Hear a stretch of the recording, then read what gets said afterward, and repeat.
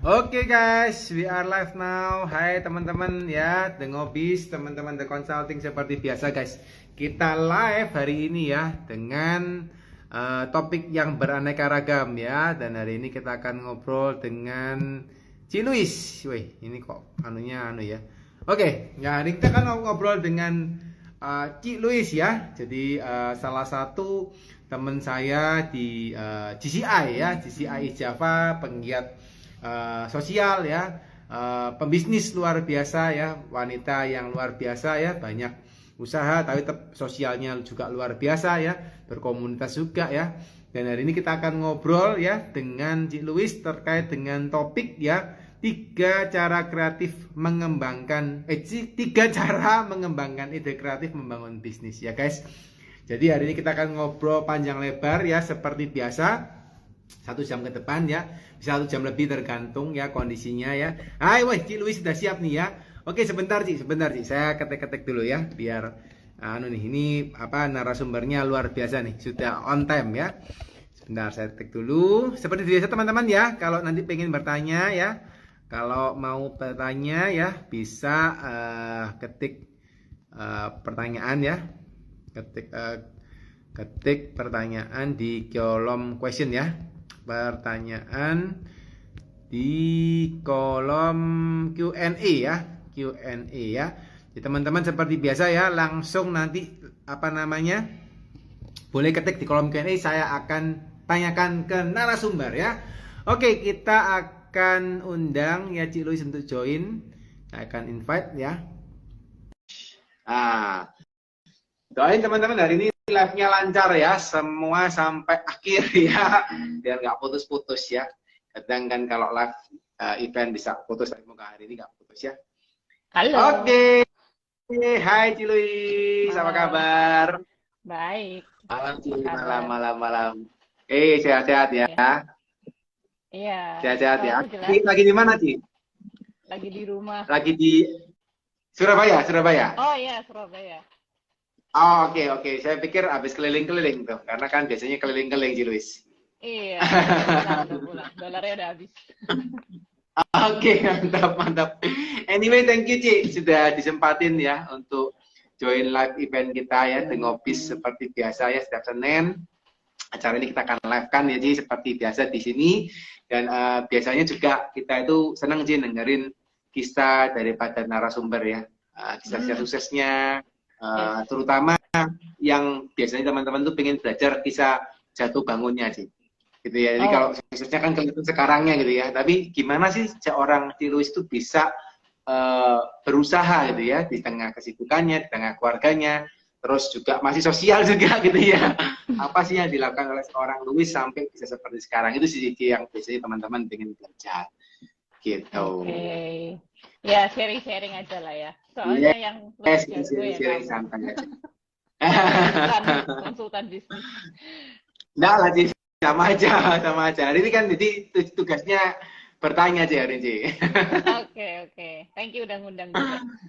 So, saya nyapa Sama-sama, juga Ci. beberapa teman yang udah hadir di sini. Halo, ada Yolanda, ada Sis Poni, ada Kak Alif. Thank you ya. Oke, silakan mau sharing tanya apa? Mungkin kita mulai dulu dari ceritanya seorang Louis gitu ya. Seorang Louis Cerita. gitu ya. Mungkin boleh nggak sih diceritain kira-kira kisah hidup Cici sampai sekarang itu seperti apa sih kalau boleh ceritakan sih? Aduh, mulainya mungkin gini ya. Kalau ngomong, ini topiknya kan bisnis ya.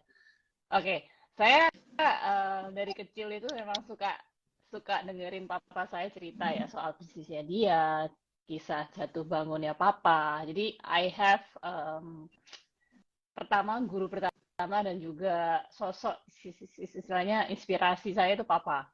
Karena papa itu walaupun saya masih kecil pun dia selalu bawa saya kemanapun dia pergi kerjaan ya, keluar kota, ke pabrik orang ya, maksudnya ke pabrik, lalu ke toko-toko spare part, beli barang, keluar dari kota satu ke kota lainnya, itu dia libatkan saya, karena mungkin saya paling bungsu, jadinya kan pasti bisa bolos kalau TK.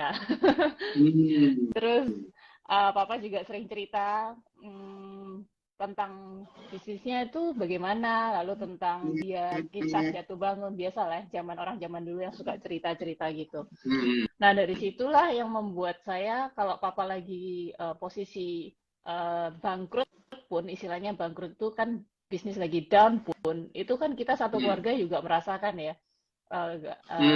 Dan saya ikutan jualan apa yang bisa dijual gitu.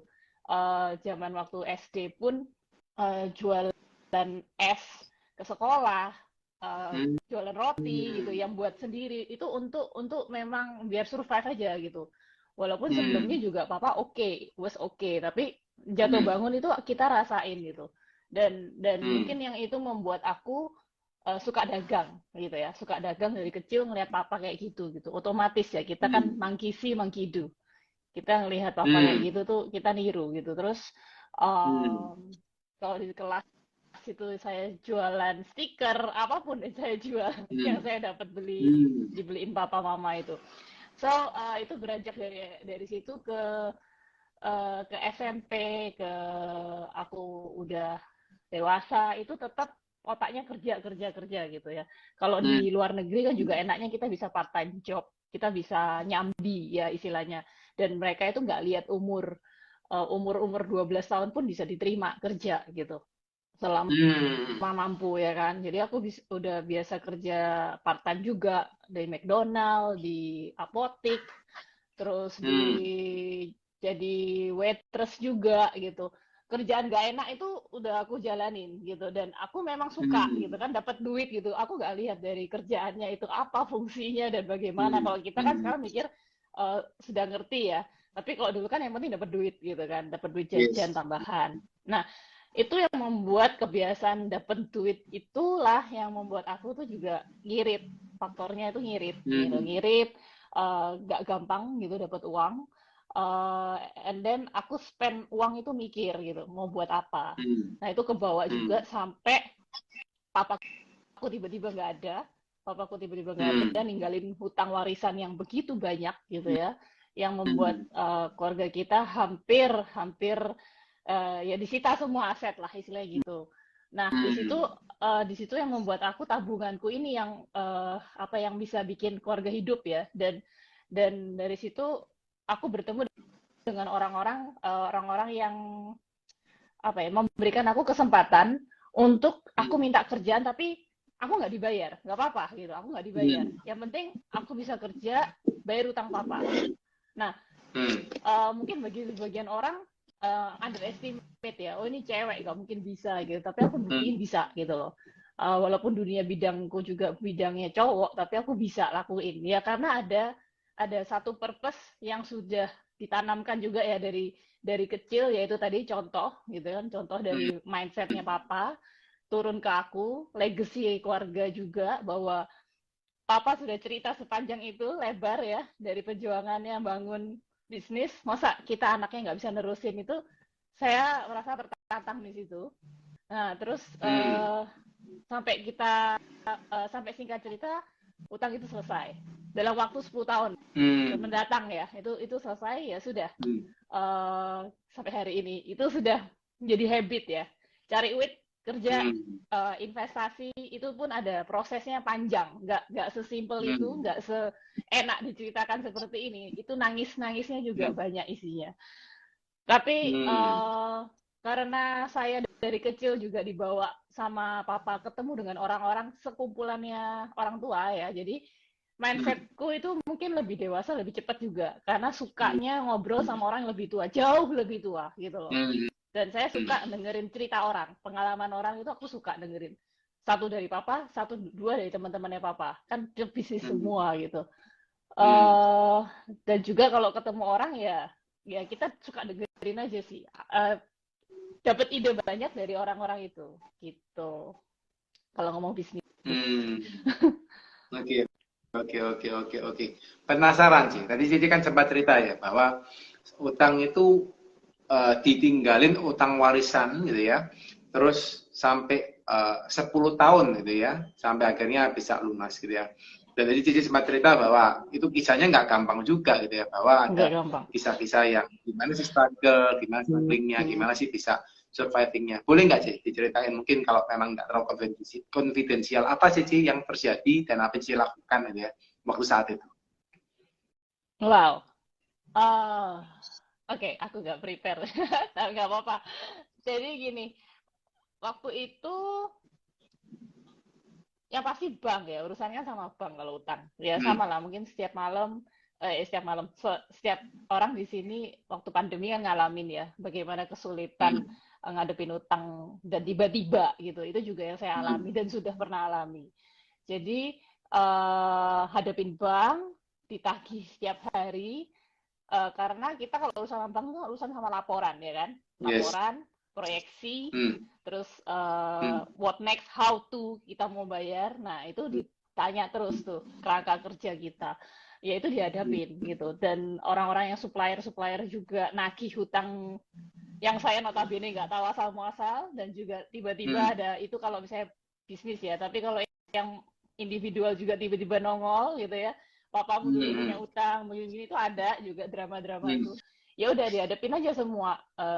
Hutang 600 juta, saya cicil dari start 1 juta. Itu juga ada kisah yang kayak gitu.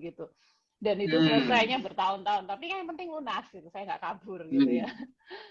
Gitu. Jadi istilahnya dari sana ya hitungannya tanggung jawab ya terhadap utang yang mungkin malah Cici bukan lakuin gitu Cici ya.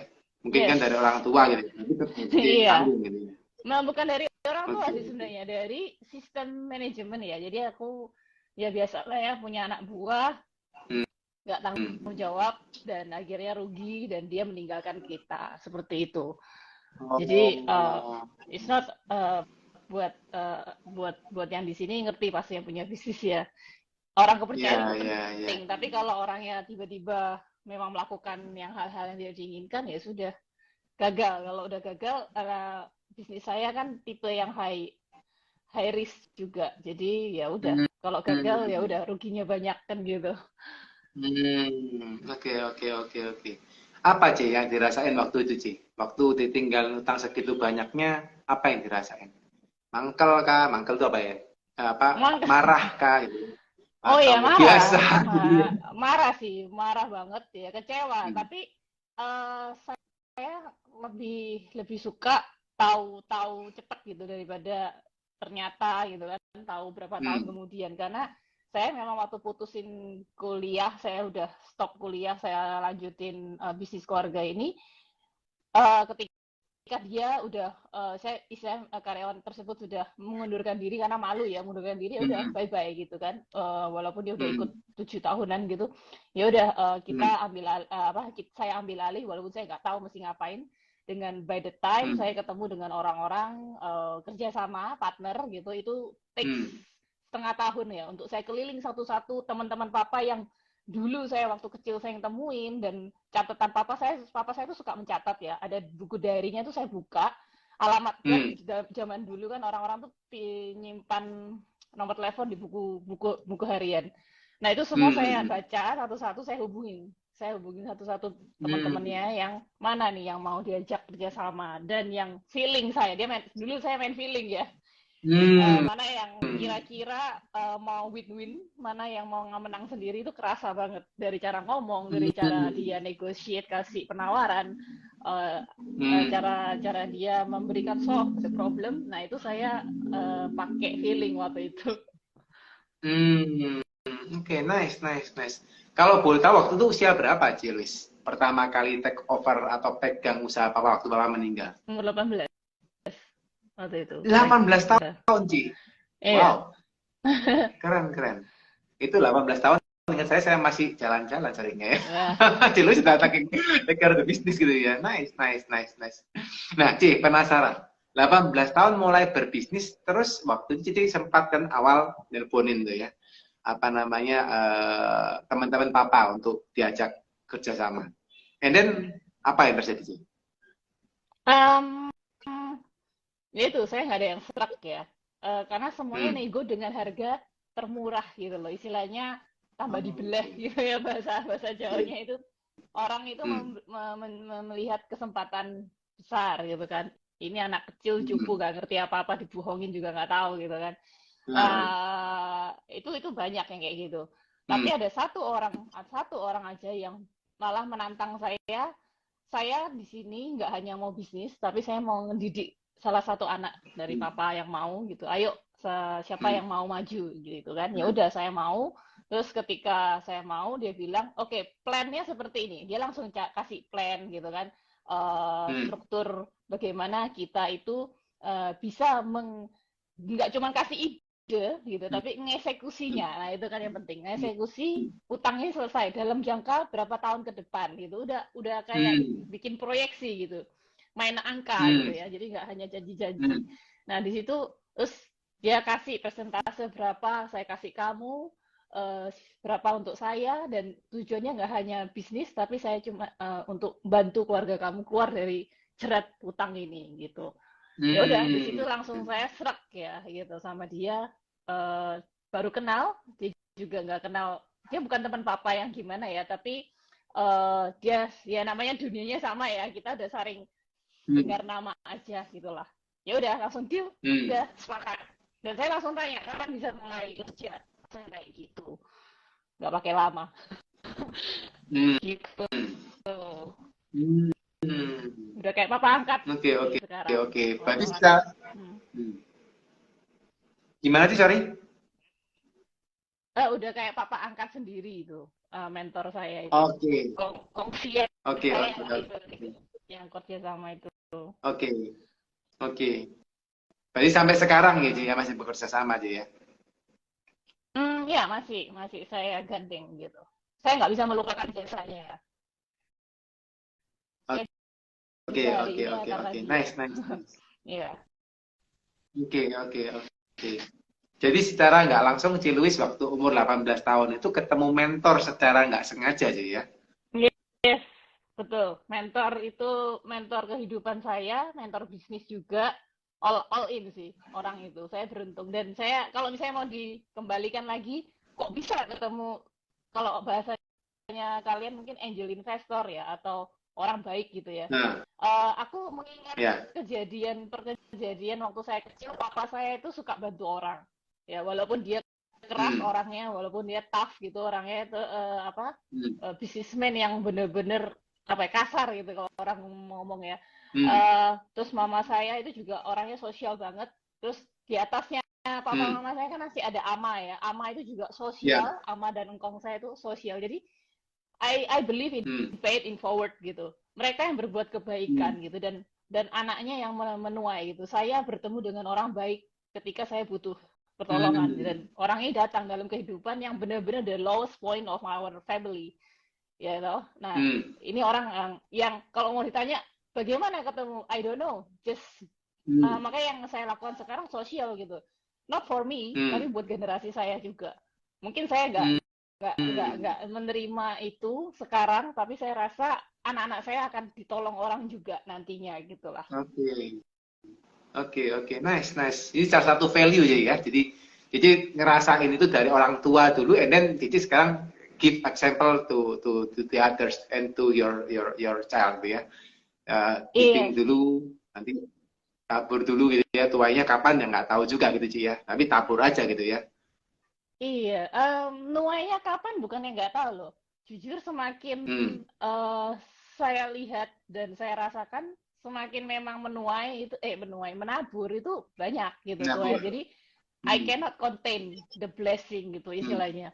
Jadi kalau memang Tuhan memberkatin saya sedemikian, tambah ngerasa feel bad ya kalau berkatnya itu nggak dikeluarin, salurin lagi. Tak salurin dapat lagi, banyak gitu, lebih banyak. Terus gimana gitu kan. Tuhan ya gitu deh gitu. Ya sudah, ya udah gitu. Dilakukan, tebar lagi gitu. Dikasih lagi, terima lagi. Putar terus ya. Tabur lagi, tuai lagi. Ya, nggak intensi ke situ, tapi it's happen gitu. Itu yang saya rasain sih. Senang, jadi makin senang kan, makin happy gitu. Tambah ngarep, tambah dikasih, itu malah happy kan. Yes. Nice. Oke, Ci, kita simpan dulu, Ci. Pengen dengar cerita Cici nanti terkait dengan blessing kalau diizinkan, gitu ya. Mundur dikit, Ci, terkait dengan tadi mentor, Ci. Ya. Jadi kan Cici dapat Ya. mentor ya, yang sekarang juga apa sebagai papa angkat Cici ya tadi ya, gitu ya. Oh. Nah, pengen tahu, Ci, setelah Cici di mentorin gitu ya oleh papa angkat Cici ya sekarang gitu ya, yang invest sebagai angel investor di usahanya Cici yang sempat dilakukan di awal. Itu apa sih yang Cici pelajarin dari beliau ya? Gimana sih treatmentnya seorang mentor itu membawa seorang lu seperti sekarang sih? Boleh nggak diceritain? Boleh banget ya. Dia ini kasih saya ilmunya all out. Orangnya gitu. Orangnya suka berbagi sharing. Jadi saya kalau ngobrol sama dia itu setiap hari selama bertahun-tahun gitu di tempat kerja saya itu bisa sampai jam 3 pagi. Dari kita melek jam 7 pagi, sekerjaan saya mulai di lab kan jam 7 pagi saya harus start dan dia disiplin banget orangnya. Jadi kalau misalnya saya ngelakuin kesalahan atau bangunnya telat cuman sindir-sindir gitu lah. Tapi dia membimbingnya tuh nggak pakai hard apa ya istilahnya. Bimbingnya itu enak itu, halus memotivasi. Ya, dia memberi saya motivasi dan dia memberi saya mimpi. Gitu. Jadi itu yang bikin saya itu gerak inisiatif sendiri ya, kemauan dari diri sendiri. Terus orangnya itu juga selain dia nggak pelit ilmu, saya sering bilang gini ke dia, dan itu yang saya praktekin juga. Kenapa kok nggak takut ditiru gitu ya? Kok semuanya itu kita kan udah capek-capek nih punya sistem, terus berhasil. Kalau ditiru kan semua orang bisa sukses gitu kan? Ya, itu pertanyaan saya waktu kecil itu. Terus dia bilang percuma kita ceritakan juga belum tentu orang bisa copy kok gitu kan. Jadi memang apalagi kerjaan saya memang nggak gampang untuk di copy. Jadi kamu mau dengerin saya 100% cara yang saya lakukan itu nggak masalah karena setiap lokasi beda, perairannya beda, terus belum lagi SDM-nya ya kita tahu sendiri beda gitu. Nggak ada masalah. Dan kalau semakin kita bikin orang lain itu, apalagi tetangga kita sukses, sebenarnya kita juga aman ya lokasi. Saya kan budidaya udang, jadi semakin aman ya kita nggak kena virus kan gitu. Kayak COVID ya, kayak COVID sekarang kalau kita nggak mengajari teman-teman kita protokol kesehatan, yang namanya biosecurity, itu kan saya dulu belajar biosecurity kan memang udah pakem kalau di tempat saya itu udah biasa tentang biosecurity. Kalau mungkin teman-teman baru belajar tentang biosecurity ketat itu waktu pandemi ya, bagaimana semua harus steril dan sebagainya. Kalau saya kan udah biasa itu. Nah, kita kalau nggak ngajarin teman kita kan akhirnya dia nularin saudara kita dan sebagainya. Itu zaman COVID waktu itu. Nah, benar. Jadi ya nggak masalah. Semakin diceritakan. Jadi katanya beliau malah nggak masalah sih ya. Kenapa? Katanya beliau malah nggak masalah ya malahan ya. Iya nggak masalah. Itu yang saya juga sekarang kalau ditanyain ilmunya apa ya nggak apa-apa gitu. Selama menurut saya ya istilahnya gini ya, resep dapur yang ada yang bisa ya apa yang kita perlu ceritakan, ada yang nggak perlu ya emang ada. Tapi selama saya rasa itu masih wajar untuk diceritakan nggak apa-apa, tanya-tanya aja. Dan kadang orang nggak percaya kalau udah diceritain sesungguhnya gitu. Yakin itu ya iya itu doang gitu. Ada sih jadi pernah cerita sama orang terus orang nggak percaya sih. Iya, karena kita memang apa ya? Ya cerita apa adanya ya. Kalau misalnya ditanyain ini gimana cara ngobatinnya, pakai apa ya kita cerita gitu. Kadang dikirain ada yang masih ditutupin, ada nggak ada. Ya emang kayak gitu doang. Kunci-kuncinya sudah diceritakan gitu. Cuman kan nggak semua orang bisa memahami dan mempraktekkan. Gitu. Oke. Keren. Oke, so setelah Cici dapat mentor tadi gitu ya, di training, diajakin gitu ya, maksudnya ayo dimotivasi gitu ya, jam 7 pagi sudah harus siap di lab gitu ya. Nanti kalau nggak bangun disindir-sindir dikit gitu ya. Terus akhirnya sampai bisa dimotivasi, bisa maju gitu ya. Terus akhirnya sampai seperti sekarang ini sih peran dari mentor itu. Iya, dia suka men-challenge juga. Jadi men-challenge tuh gini. Jadi dia maunya setiap anak kalau yang punya keluarga ya, bisnis keluarga ya. Memang dia selalu cerita ke saya paling bagus itu kalau belajarnya memang dari nol. Dari nol tuh maksudnya gini loh ya. Tahulah dasarnya paling enggak. tahu semuanya gitu. Nggak usah jago dalam mekanik atau apa ya yang istilahnya fokus di satu titik, enggak gitu. Tapi mencoba meraba semuanya, semua dasarnya, lalu ke atas. Nah, baru diajak ke atas sama dia. Baru ke yang finansial lah, baru yang secara objektif, baru powernya itu ditambah pelan-pelan gitu. Supaya siap mental untuk tanggung jawab yang lebih besar lagi gitu kan. Kapasitasnya ya, sesuai kapasitas saya waktu itu. Jadi bos yang baik juga nggak buta. Jadi dia memang nggak bayar saya, dia nggak gaji saya 2 tahun pertama, tetapi setelah tahun ketiga dia menghargai kinerja saya dengan kasih saya bonus gitu, yang membuat saya bisa beli berinvestasi pertama gitu ya, pertama beli mobil, terus beli tanah kayak gitu gitulah. Itu dari hasil bonus yang sudah dia siapin buat saya karena dia udah melihat gitu kan kinerja saya gimana gitu. Nice. Jadi setelah 3 tahun akhirnya jadi dikasihin bonus gitu ya dari tadi ya, dari mentornya Cici bilang gitu ya. Yes. Oke. Jadi di sistem meskipun Cici juga pemilik gitu ya, juga nggak asal gampang dapat gaji sih ya. Iya, karena nggak bisa dapat gaji, gimana bayar utang terus kan waktu itu. Posisinya kan hidup biaya itu sudah ditanggung sama partner ya. Jadi saya makan tidur di sana kan. Jadi apa biayanya kan kecil, biaya hidup nggak ada gitu, nggak ada expense gitu, cuman kerja ilmu yang dia bangun itu kan kasih ilmunya, mindset ya, ilmunya terus kan yang dikuatin awal. Oke. Nice. Ci, penasaran. Cici kan mulai usia kan 18 tahun berusaha ya. Mungkin kalau lihat dari kinerja Cici kan berarti udah mungkin more than 10 years ya Ci ya, berusaha harusnya ya. Yang mana? Maksudnya dari 18 sampai sekarang kan lebih dari 10 tahun kan untuk berusaha kan. Maksudnya berbisnis kan udah lebih dari 10 tahun kan maksudnya. Kalau bisnis beneran ya 20 tahunan lah ya hampir. 20 ya. tahunan Kalau ya sih ya, kurang lebih. Kerja itu udah biasa kerja gitu. Enggak yang tadi aku cerita udah biasa lah. Nggak kaget kalau disuruh kerja kan gitu. Cuman ada satu titik setelah utang lunas, merit, punya anak, itu sudah pikir mau pensiun muda tadinya. Tadinya mikirnya ya 35 udah enough, kalau nggak mau kerja lagi, capek loh, kerja itu capek. Siapa yang nggak capek? Aku kan kehilangan ya masa muda aku, jadi aku pengen happy gitu, aku pengen nikmati kan gitu tadinya gitu.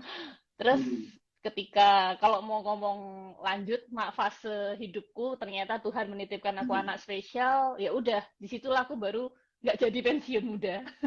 Jadinya aku tahu bahwa arah hidupnya itu Tuhan memang siapin ke arah seperti ini untuk anak-anak berkebutuhan khusus masuk ke dunia mereka yang everlasting ya, istilahnya everlasting ini kalau utang tuh bisa dibayar ya kan, utang itu selesai dalam 10 tahun, tapi kalau anak berkebutuhan khusus seumur hidup gitu kan. Jadi dunia inilah yang memang Tuhan arahkan, dan sehingga aku tahu sekarang tujuanku kerja, harus tetap kerja, nggak boleh nggak kerja gitu kan, supaya bisa do something for them gitu, mengerjakan apa yang harus aku kerjakan, tugas dari Tuhan tuh ini gitu. Itu dunia baruku ya. Jadi otakku nggak cuma kerja doang sekarang, tapi lebih ke socialpreneur mungkin bahasanya. Bagaimana bisa menyeimbangkan kerjaan untuk bersosial, itulah. Dan suamiku selalu ngomong, ya kita kuatin pohonnya supaya kita bisa bantu banyak orang, which is true. Jadi kalau mau bantu banyak orang ya bisnisnya digedein kan gitu istilahnya. Kalau aku berhenti kerja kan bisnisnya nggak jadi tambah membesar kan gitu. Cuman biasa-biasa aja, atau mungkin sekedar cukup di sini levelnya ya. Kalau nggak mau dream high lagi gitu. Tadinya aku memang udah nggak mau dream high lagi, capek kerja itu beneran. Enakan nyalon gitu ya, makan tidur, shopping gitu. Yang dulu aku nggak lakuin, aku mau lakuin gitu kan. But it's not that way gitu. Jadi ya udah aku ikutin. Suami punya visi, ayo kerja bareng, gedein bisnis bareng, happy bareng. Dan kalau kamu mau bantu orang silakan, tapi kuatin pohonnya kita dulu. That's the vision gitu yang aku dapat dari suamiku gitu. Oke. Nice. Oke, pengalaman selama 20 tahun berbisnis yang paling sulit menurut Cici apa nih? Yang paling sulit konsistensi ya, pasti ya. Konsistensi. Iya, Kenapa sih? konsisten dalam percaya sama goal kita, mimpi kita, karena nggak semua orang percaya sama mimpi kamu, pastinya. Karena banyak yang lebih menjatuhkan daripada yang mensupport. Jadi kalau prinsipku itu, aku cuma butuh satu orang yang support aku, mentally ya. Jadi mentally itu kita ada yang percaya gitu. Kalau Lois kamu bisa, ada yang ngomong kayak gitu tuh aku bisa. Apapun ibaratnya, apapun masalahnya aku pasti bisa hadapin. Hanya satu orang yang support itu udah powerful banget. Tapi kalau no one trust you, itu konsistensinya tuh gampang down. Apapun itu gampang. Ya masalah kan banyak, masalah bisnis itu banyak isinya. Oke. Pernah nggak sih dapat masalah yang sangat-sangat menjatuhkan gitu?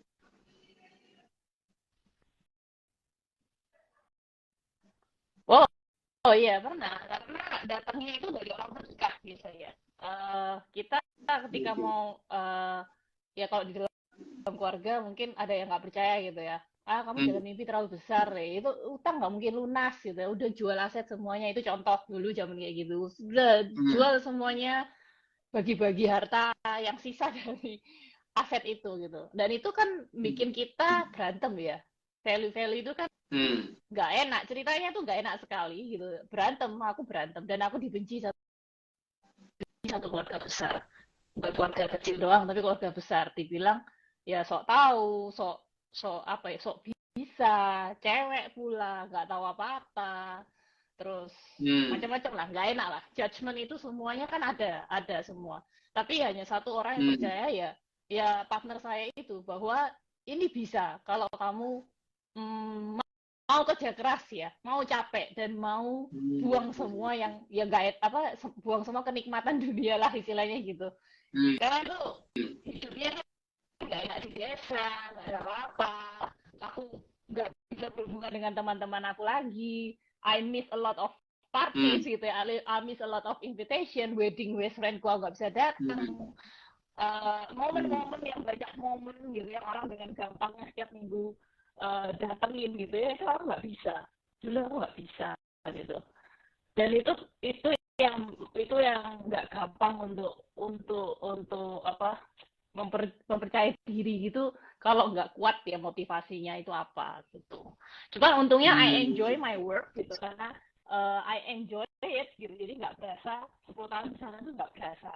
Dan setelah melihat kondisi better and better itu baru bisa keluar dari bukan keluar kandang apa ya, keluar dari lokasi lah istilahnya, berani bersosialisasi lagi.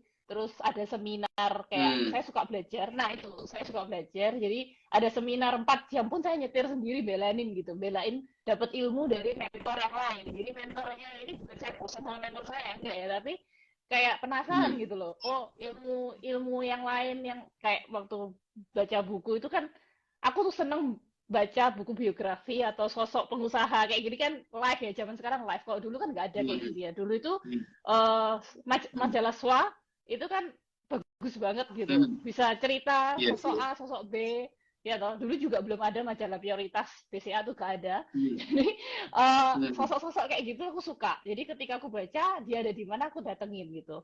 Karena aku udah nggak punya apa-apa ya. Jadi nggak ada yang cerita motivasi, story inspiring itu, aku haus kayak begituan. Aku suka dengan tipe-tipe orang papa-papa sukses atau pebisnis sukses yang bisa ceritain how to-nya nggak cuma bagusnya doang, tapi ya kayak tadi kamu bilang gagalnya di mana, ngapain gitu-gitu. Itu sih. Oke. Jadi Cece juga istilahnya apa, mencari mentor-mentor lain ya untuk bisa ngembangin itu punya potensi ya. Iya, iya. Aku Jadi suka ngobrol nggak sama hanya stay di teman-temannya, tadi. papa-papa temanku lah istilahnya. Tak ajak Oke, ngobrol oke, gitu. oke. Nice, nice. Menarik, menarik, menarik. Dan memang konsistensi tadi yang diceritakan salah satu hal yang terberat ya, Ci, ya. Kalau kondisinya Ci, tadi saya ngomong konsisten untuk bisa bertahan di dalam mimpinya, gitu ya. Konsisten untuk bisa bertahan di dalam apa yang Cici yakini, gitu ya.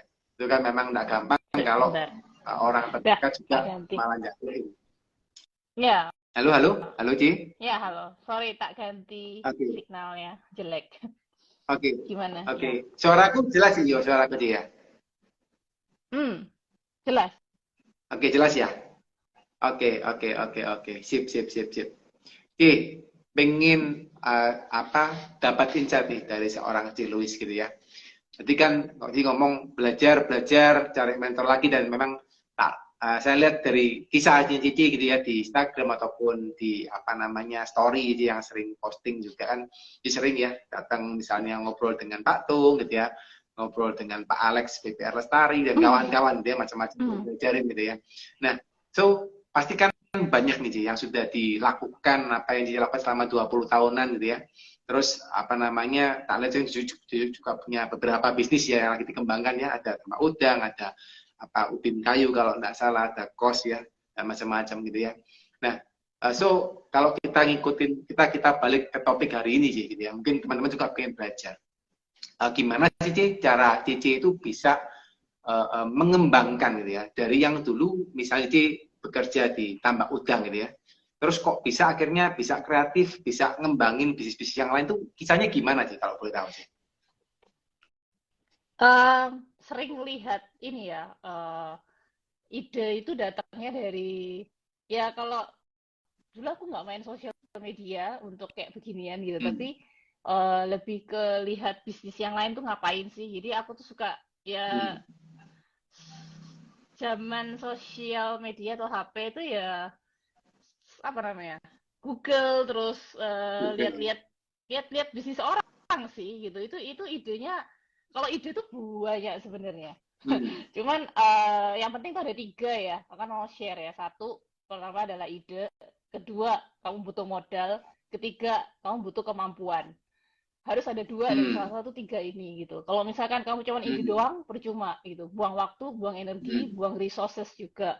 Tapi harus ada salah duanya. Jadi kalau kita punya ide dan kita punya kemampuan, tapi nggak ada punya uang, kita bisa cari investor untuk mendanai ide kamu. Ya toh, zaman sekarang kan startup ya namanya ya. Idemu bagus, terus kamu punya kemampuan untuk bikin something, tapi kamu nggak punya uang, tapi kamu pitch deck-nya bagus, pasti investor itu datang gitu loh, and naik startup kamu gitu, dan you will be big gitu kan.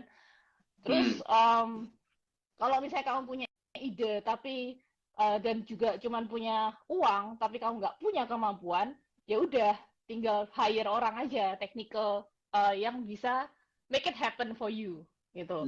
Mewujudkan semua ide gila kamu gitu, atau nggak gila sih, ide yang menurut kamu itu ya menghasilkan lah gitu, at least gitu. Jadi intinya punya ide aja nggak cukup gitu. Soalnya topiknya kamu tadi judulnya ide kreatif ya kan. Jadi punya ide aja pasti nggak cukup, karena kita semua tahu ide itu murah banget. Orang baca buku, orang live gini dengerin saya mungkin dapat ide apa gitu kan. Tapi yang mahal itu memang uangnya, modalnya, sama eksekusinya itu gitu. Yang orang sering denger kan. Jadi percuma saya kasih kamu ide banyak, I can tell you what to do gitu. Tapi percuma kalau kalian nggak lakuin juga gitu. Oke. Ci, penasaran Ci. Cici dari tambak udang gitu ya. Pertama kali kan kalau nggak salah di tambak udang Ci, benar ya Ci ya, untuk bisnisnya ya. Nah, terus bisnis yang kedua yang di-develop apa Ci, kalau boleh diceritain Ci? Ya itu waktu kalau suami kan dia ubin kayu ini dari kisahnya dia ya. Kapan-kapan undang dia boleh deh untuk dia yang bercerita kisahnya dia. Kalau yang aku nih bisnis kos-kosan, karena bikin hotel nggak mampu, dan katanya Pak Alex jangan bikin kos-kosan Lois, jangan bikin hotel, jangan bikin hotel, kalau cari modalmu gitu. Itu Pak Alex saya ingat jadi kemarin waktu ke Bali. Terus ya udah, jadi punya modal yang selama ini saya kumpulin, saya tabung itu, saya mulai belajar bikin kos-kosan, cari yang apa namanya, yang visible adalah itu rumah nenek saya yang saya rubah jadi kos, supaya nenek juga happy ya kan, ama itu happy kalau rumah rumah lamanya itu menjadi sesuatu, nggak dibongkar lalu dijual gitu, tapi dibongkar tapi untuk dijadikan lebih baik dan dia bisa punya kenang-kenangan. Itu sih motivasinya menyenangkan nenek juga sih gitu. Mencoba terjun ke bisnis kos-kosan sebagai pilot project. Kalau ini jalan, ya kita lagi mencari kos-kosan yang apa building yang lain yang bisa dibikin kos-kosan lagi gitu. Mudah-mudahan jadi CC kos kan gitu. Kan di grup kita sudah ada papi kos ya, mami kos belum ada. Papi kos ya. Papi kos ini kan mentor kita juga ya. Udah pernah diundang belum? Iya. Bro Iwan ini kapan-kapan tak undang ini ngobrol. Iya, itu ilmunya jago tuh bikin kos itu. Aduh, manajemennya juga udah rapi gitu. Saya perlu belajar supaya bikin kos banyak itu gimana cara ngaturnya ya kan. Gitu.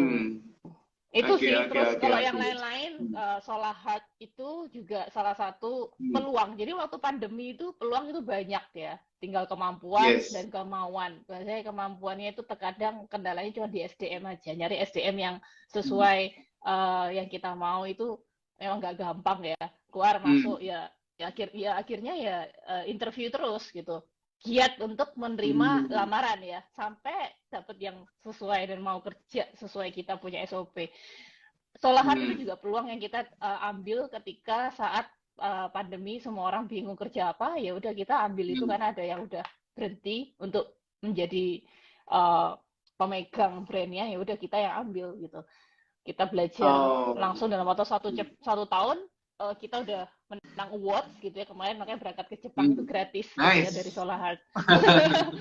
Jalan-jalan kemana-mana ya lumayan kan dapat award, jadi itu buat happy gitu. Kerja Solar Heart itu juga buat happy karena kita kan waktu jalan ke project masang lantai kayu, kita kan menawarkan gitu, jadi kayak orang McDonald gitu, upselling gitu, mau koknya, mau ininya gitu kan. Nah kita juga waktu jualan lantai kayu kita tawarkan apa butuh heater, pemanas air, panel surya gitu kan, biasanya kok belum ada gitu, sekalian gitu kan, nyambung gitu. Jadi tukangnya atau marketing saya dalam satu lokasi satu project bisa dapat 2 gitu kan, gitu. Oke. Dan sekarang sama-sama berkembang ya akhirnya antara Ubin Kayu sama Solar Heart malah ya. Iya, betul. Dan nice. Kalau ubin kayu itu kan turunan ya, pokoknya semua yang berbahan kayu kita bisa lakuin ya, dari pintu, dari pokoknya turunan kayu pun sisanya kita masih bisa kelola menjadi art gitu, jadi something yang berguna, jadi nggak kebuang. Jadi, semua limbahnya itu kita jadikan hiasan gitu, namanya kala gitu kan, kita udah ciptakan untuk produk-produk kasih menjadi merchandise kayak gitu.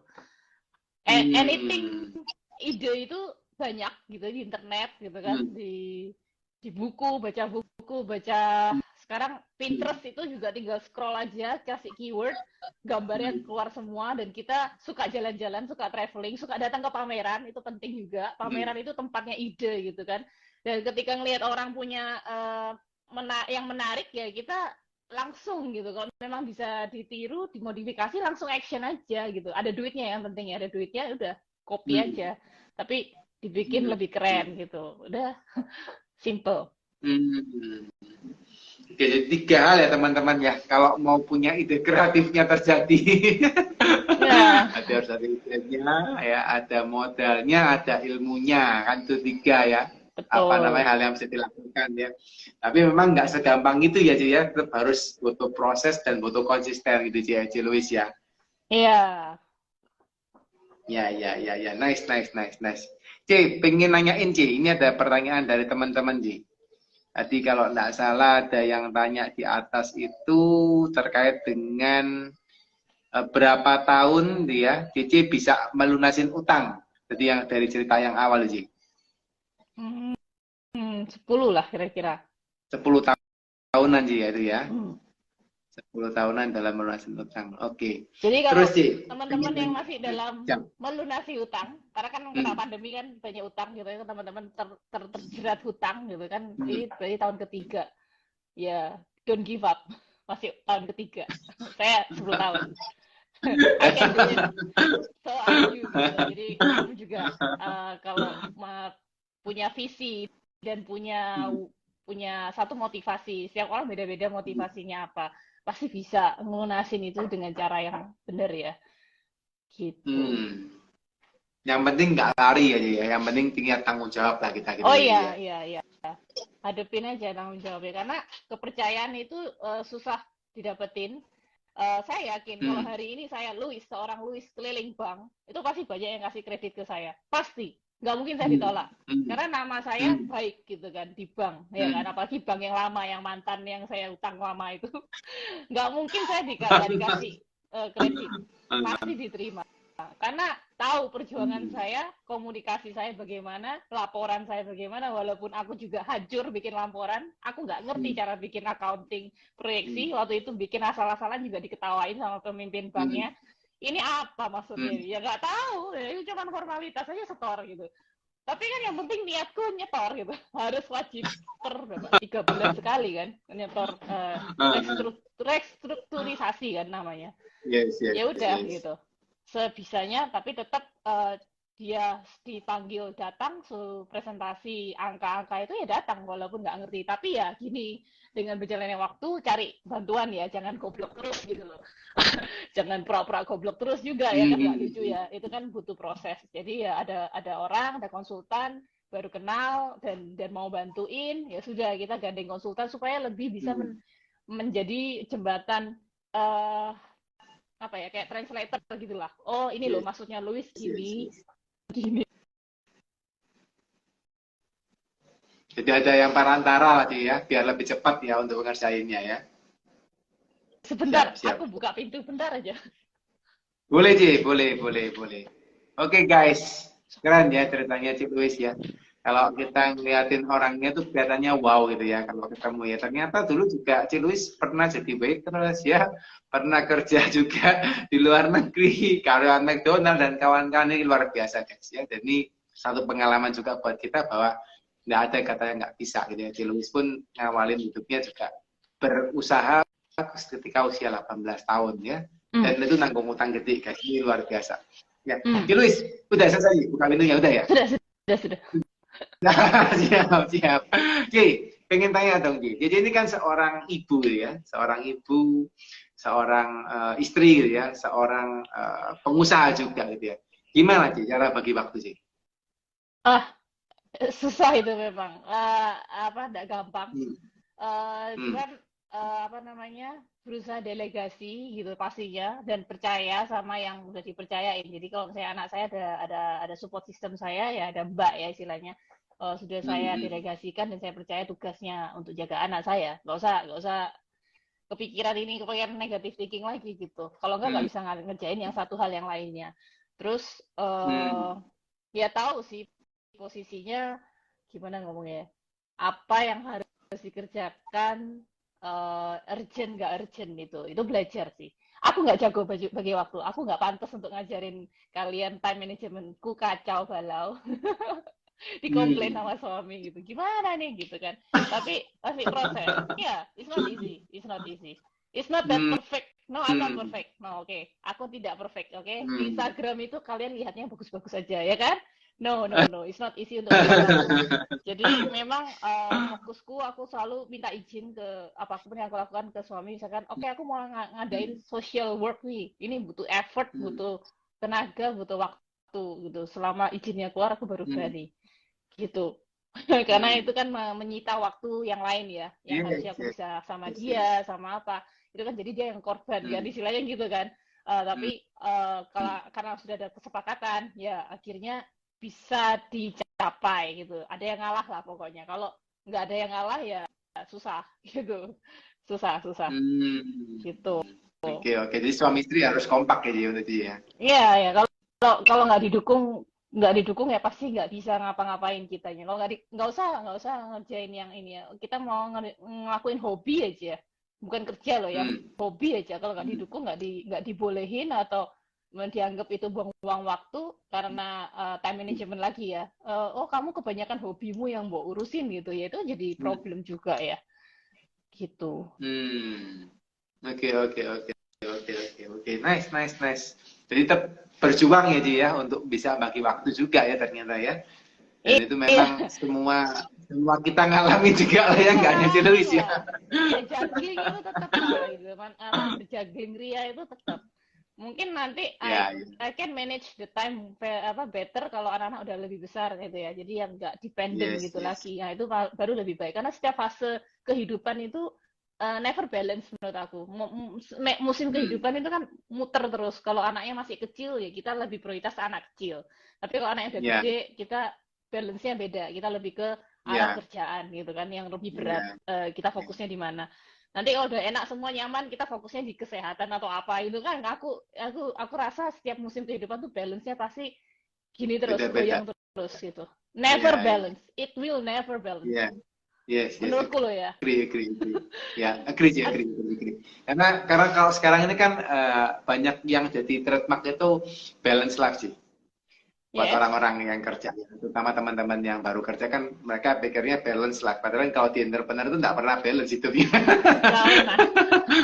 Nggak tahu sih ya, kalau yang bisa beneran balance sih, I don't know. Mereka mungkin emang udah tahapnya sampai sini ya, bener-bener cuman angkat telepon, ngatur-ngatur, udah nggak perlu involve gitu. Ya. Kayak Pak Tong itu mungkin sudah balance lah dia ya. Perlu saya. Kamu undang aja beliau, mau tanya langsung. Siap, kapan-kapan tahun dari Pak Tung. Ini ada Coach Yohanes juga. Saya di sini ada Coach Yohanes. Ya, iya, kan? ada Coach. Ini yang ahlinya autopilot nih. Yes. Supaya bisa belajar dari dia. Gimana? Siap. Izin tanya, Ini ada pertanyaan nih dari teman-teman nih. Bagas Arif ya. Ini saya tampilin, mau tanya, ada tips dan trik untuk tetap konsisten ketika lagi down enggak?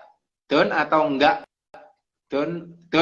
pede maksudnya. Ketika lagi down atau enggak pede enggak? Gimana caranya ketika tidak konsisten pada down enggak pede? Kasih contoh apa nih, dalam hal apa? Dalam hal apapun atau aku kalau nggak dikasih contoh bingung juga. Kerjaan. Oke. Bagas boleh ya, Bagas boleh ketik lagi, tapi saya coba translate ya. Jadi mungkin maksudnya dia gini, ketika lagi down gitu ya, atau nggak pede di dalam kerjaan tentunya gitu ya, gimana sih caranya supaya tetap bisa keep up gitu ya, gimana sih tetap bisa semangat gitu ya, dan konsisten untuk berkarya. Kalau dari Luis kira-kira tipsnya gimana? Saya biasanya cerita ya, saya suka cerita orangnya sebenarnya. Jadi saya ngobrol sama temen atau yang saya bisa anggap lebih pinter dari saya gitu. Saya suka sama orang yang lebih pinter dari saya, bisa diajak ngobrol, membuka pandangan. Jadi blind spot kita itu nggak akan kita bisa lihat kalau kita nggak bicara sama partner yang sejajar atau nggak lebih pintar atau lebih pengalaman. Itu menurut saya. Jadi saya selalu tanya sama guru saya, tanya sama mentor saya minimal, atau coach saya, orang tua saya yang saya tuakan lah istilahnya, gitu, atau suami gitu. Dan saya tanya gitu, menurutmu gimana gitu. Ya, yang saya respect biasanya. Dan pasti yang tadinya saya down, yang tadi apa, dia bisa nyeletuk kalimat-kalimat yang membuat kita tuh merasa oh iya gitu, kayak ter-challenge lagi gitu, termotivasi lebih tepatnya, tapi juga dikasih solusi, gak cuma motivasi doang gitu. Dan mereka bisa melihat selain blind spot, tapi mereka juga bisa melihat positifnya yang sudah kita lakukan tapi kita nggak sadar. Kamu loh sebelumnya tuh udah melakukan ini, nah itu dia menceritakan ulang gitu, dan kita baru oh iya gitu. Jadi enak kalau misalkan berarti apa ya, jangan dihadapin sendirian gitu kan, pinjam otaknya orang lain yang lebih pintar untuk menyemangati dan untuk memberikan solusi. Karena kita down ini kan nggak percaya diri karena kita merasa nggak mampu biasanya, atau merasa buntu gitu kan, atau apapun lah alasannya. Dan lingkungan yang positif itu yang bikin kita biasanya itu mau gerak lagi gitu, mau memutuskan untuk oke, aku coba lagi deh gitu. Tapi kalau kumpul sama orang-orang iya lu pasti gak bisa, yang mengedownkan tambah down.